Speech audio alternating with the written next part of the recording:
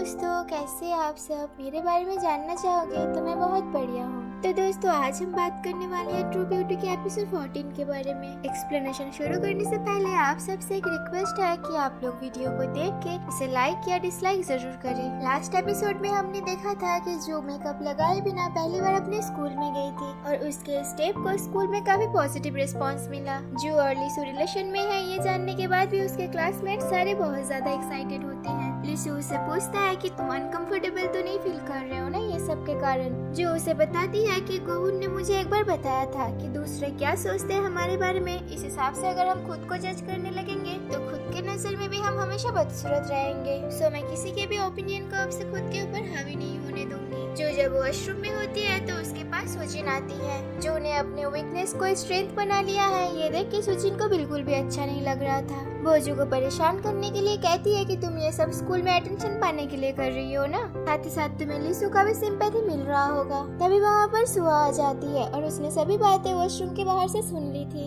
सुआ उसे बताती है कि मुझे पहले से ही पता था कि ये सब तुम ही ने किया है। जब हैंसियो तुम्हें साइड में ले जाके इस बारे में पूछा था कि तुमने वीडियो क्यों पोस्ट की है, तब मैं भी वहीं पर था, पर मुझे ऐसा लगा कि तुम्हारी लाइफ में ऐसा कुछ प्रॉब्लम है जिसके कारण से तुम बहुत ज्यादा फ्रस्ट्रेटेड होगी। पर अब तो तुम्हें अपनी गलती का रियलाइजेशन हो ही गया होगा, तुम जो उसे सॉरी बोलोगी, इसी बात का मैं उम्मीद कर रही थी। पर इसकी जगह तुम एक शेमलेस लड़की की जैसे उससे और बहस कर रही हो। ये बोल के सुआ वहाँ से चली जाती है। जू भी उसके पीछे पीछे आती है और उसे मनाती है। सुआ जू को बताती है कि वो जू पर गुस्सा नहीं थी, एक्चुअल में उसे इसलिए बुरा लगा था कि जू ने कभी उस पर भरोसा नहीं किया। उसे ऐसा लगता था कि वो जू की अच्छी फ्रेंड है और जू के बारे में सभी कुछ उसे पता है। अपनी बातें सुआ से छुपाने के लिए जू उसे सॉरी कहती है। जो सुआ के साथ स्कूल से रिटर्न हो रही थी तभी वो वहाँ पर सैमी को देखती है। सैमी का ग्रुप हैमी को परेशान कर रहे थे, इसलिए क्योंकि हैमी ने कभी भी इस बारे में सैमी को नहीं बताया कि जो उसी स्कूल में पढ़ती है। हैमी को बचाने के लिए जो तुरंत उनके पास जाती है और हैमी को कहती है कि इधर आ जाओ। जू को विदाउट मेकअप देख के सैमी उस पर हंसने लगती है और उसे फिर से बुली करने की कोशिश करती है। इस बार जो डरती नहीं है, उसे बहुत गुस्सा आता है और वो सैमी के ऊपर झपट पड़ती है। यहाँ इन सब के बीच अच्छी खासी फाइट होती है जिसमें जू और उसकी दोस्त मिलकर इन लड़कियों को अच्छे से सबक सिखाती है। दूसरी ओर जब हैंसियो जू और लिसू को एक साथ देखता है तो उसे अंदर से अच्छा नहीं लगता, क्योंकि वो भी जू से प्यार करने लगा था। जू जब हैंसियो से मिलती है तो उस वीडियो को टेक डाउन करवाने के लिए हैंसियो को शुक्रिया कहती है। हम देखते हैं कि हैमिन, सुआ और जू अच्छे दोस्त बन चुके हैं। इधर लिसू को जू की आदत सी लग चुकी थी। वो जू को देखे बिना या उससे मिले बिना रह नहीं पा रहा था, तो वो कंटिन्यूअसली जू को मैसेज करे जा रहा था। पूरे दिन इतना सब कुछ होने के बाद जू बहुत ज्यादा थक जाती है, तो वो घर आके लिसू का मैसेज चेक करे बिना ही सो जाती है। रात के 12 बज चुके होते हैं और जू के साइड से कोई भी गुड नाइट मैसेज नहीं आया था। ये देख लिसू भी नहीं सोता। अगले सुबह सबसे पहले जू उसे कॉल लगाती है, पर लिसू गहरी नींद में सो रहा होता है। जू अपने माँ के पास जाती है अपने कॉस्मेटोलॉजी कोर्स के बारे में बात करने के लिए, और उससे पहले उसकी मम्मी ने उसके लिए एक बड़ा सा सरप्राइज रखा था। उन्होंने जू के लिए मेकअप बॉक्स वगैरह खरीद कर रखा था ताकि वो अच्छे से कॉस्मेटोलॉजी सीख पाए। वो जू से कहते हैं कि तुम अपने पैशन को ही फॉलो करो और आगे जाके एक बड़ा मेकअप आर्टिस्ट बनना। ये सब कुछ सुन के जू बहुत ज्यादा खुश हो जाती है। लिसू जू को लेके इतना ज्यादा प्रोटेक्टिव फील करता है कि सपने में भी वो वही सब देखता है। वो देखता है कि लिसू के बार बार मैसेज करने से और ज्यादा केयरिंग होने से शायद जू परेशान हो रही है। इस कारण जू उसे छोड़ के हैंसियो के साथ चली गई। इसी सपने के साथ उसकी नींद खुल जाती है। वो उठ के अपना फोन चेक करता है तो देखता है कि जू ने उसे कॉल किया था। वो जू को कॉल करता है तो उसके दिमाग में बहुत सारे सवाल आता है, क्योंकि एक दिन तक उसने जू से बात नहीं की थी। पर वो अपने दिमाग को शांत करके जू से पूछता है कि तुम कहाँ पर हो, क्योंकि जू अपने पहले दिन के कॉस्मेटोलॉजी क्लास में थी, तो वो बोलती है कि मैं बाद में बात करती हूँ, जिससे लिसू को लगता है कि जू उसे इग्नोर कर रही है। तो वो अपने मार्शल आर्ट क्लास में चला जाता है जहाँ पर हैंसियो भी आया हुआ होता है। ये दोनों शर्त लगाते हैं कि कौन किसको पहले हराएंगे, जिसमें ऑब्वियसली लिसू जीत जाता है। फिर ये दोनों एक साथ चलते हुए एक जगह पे आते हैं जहाँ पर कुछ लोग गाना गा रहे थे। लिसू हैंसियो को भी फोर्स करता है उसमें गाना गाने के लिए। हैंसियो काफी अच्छा गाना गाता है तो लिसू उसे सजेशन देता है कि तुम फिर से अपना सिंगिंग करियर चालू कर सकते हो। हैंसियो कहता है कि अब बहुत लेट हो चुका है। लिसू उसे कहता है कि अगर हमारा दोस्त ही होना चाहिए होता तो वो भी यही चाहता। तभी हैंसियो कहता है कि मुझे तुमसे एक चीज के लिए परमिशन चाहिए। वो कहता है कि मैं जू को बताना चाहता हूँ कि मैं उसके लिए कैसा फील करता हूँ। मुझे पता है कि वो मुझे रिजेक्ट करेगी और ये सुन के मेरा दिल भी हल्का हो जाएगा। इस बात को सुन के लिसू कुछ कहता तो नहीं है, पर इस चीज के लिए वो कंफर्टेबल नहीं था।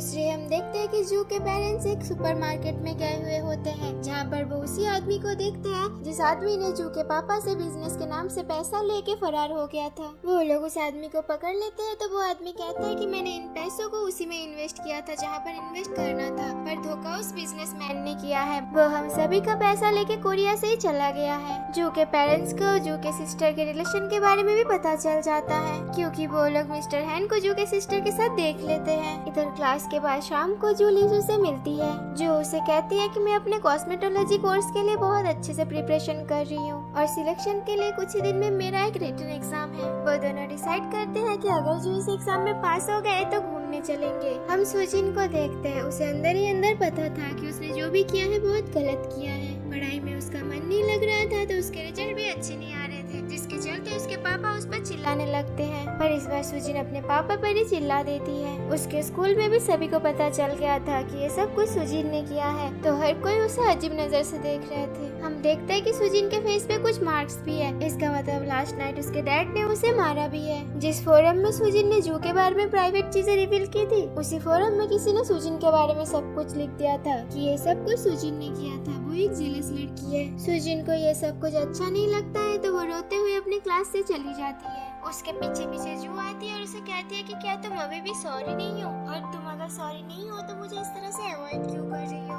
क्या हमारे बीच सब कुछ नॉर्मल नहीं हो सकता पहले जैसे? पर सुजिन ये सब के जवाब में ना कह देती है और दूर जाके सुजिन बहुत ज्यादा रोती है। इसके बाद कुछ दिन बीतता है और जू अपने एग्जाम के लिए बहुत अच्छे से प्रिपेयर करती है। फाइनली वो दिन आ जाता है जिस दिन जू को प्रोफेशनल कॉस्मेटोलॉजी लाइसेंस मिलने के लिए एग्जाम देना था। जो इस एग्जाम में पास हो जाती है। इधर हैंसियो जू के लिखे हुए उस प्लास्टर को फेंक ही नहीं पाता। वो जू को कॉल करता है और कहता है कि अकेले में आके मुझसे मिलो। जो लिसू के साथ होती है तो उसे भी इस बारे में बताती है, पर लिसू उसे जाने का परमिशन दे देता है क्योंकि लिसू को अपने प्यार पर पूरा भरोसा था। जो जब हैंसियो से मिलती है तो हैंसियो उसे कुछ नहीं बता पाता। वो उसे कहता है कि मुझे तुमसे एक डेटिंग एडवाइस चाहिए। असल में मैं एक लड़की को पसंद करता हूँ, पर उस लड़की की एक बॉयफ्रेंड है। जो उसे पूछती है कि क्या तुम उससे बहुत प्यार करते हो, तो हैंसियो कहता है कि हाँ बहुत, पर मैं उसे बता नहीं सकता। तो जो उसे एडवाइस देती है कि तुम उस लड़की को उस लड़के से छीन लो। हैंसियो उस पर हंसता है और कहता है कि सच्ची में मैं ऐसा कर दूं? जैसे ही जो उस लड़की का नाम पूछती है तो हैंसियो कहता है कि वो मैं नहीं कह सकता, वो सीक्रेट है।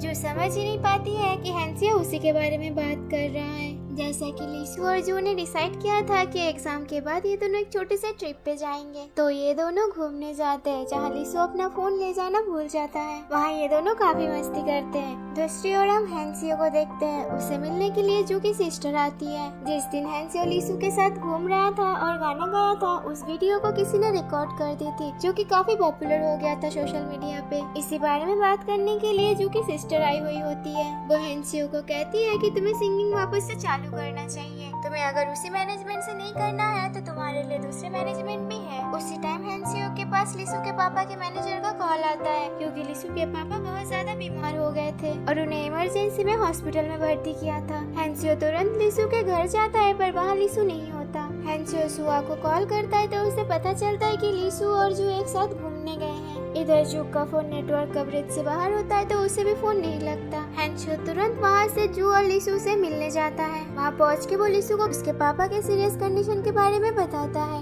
ये लोग तुरंत वहाँ से निकल के एयरपोर्ट आते हैं। लिसू के डैड इस वक्त दूसरे कंट्री में थे तो लिसू को भी वहीं जाना पड़ता है। लिसू और जू को नहीं पता था इसके बाद कब ये दोनों एक दूसरे से मिल पाएंगे। लिसू कहता है कि मैं पहुँच के तुम्हें वहाँ से कॉल करूँगा। ये बोल के वो वहाँ से चला जाता है। जू को लिसू के लिए काफी बुरा लगता है, क्योंकि लिसू बचपन से ही बहुत अकेला है और अपने पापा से भी बहुत प्यार करता है। इसके बाद सीन कट होता है और हमें 2 साल बाद का सीन दिखाया जाता है, जहाँ पर ये सारे स्कूल के दोस्त एक दूसरे से मिलने आते हैं। हम देखते हैं कि जू बहुत ज्यादा अपसेट है किसी बात को लेके, तो वहाँ पर हैंसियो आता है उसका ध्यान रखने के लिए। जैसा कि लिसू ने 2 साल पहले जाते वक्त हैंसियो को कहा था कि जू का ध्यान रखना, हैंसियो वैसे ही जू का अभी तक ख्याल रख रहा था। यही पर ट्रू ब्यूटी का एपिसोड 14 खत्म होता है। आपको ये एक्सप्लेनेशन कैसा लगा कमेंट सेक्शन में जरूर बताना, और अगर आप हमारे चैनल में न्यू हो तो चैनल को सब्सक्राइब करके बेल आइकन को भी ऑल पे जरूर करना। आज के लिए यही तक, मिलते हैं नेक्स्ट एपिसोड के साथ। तब तक के लिए बाय, सरांगे।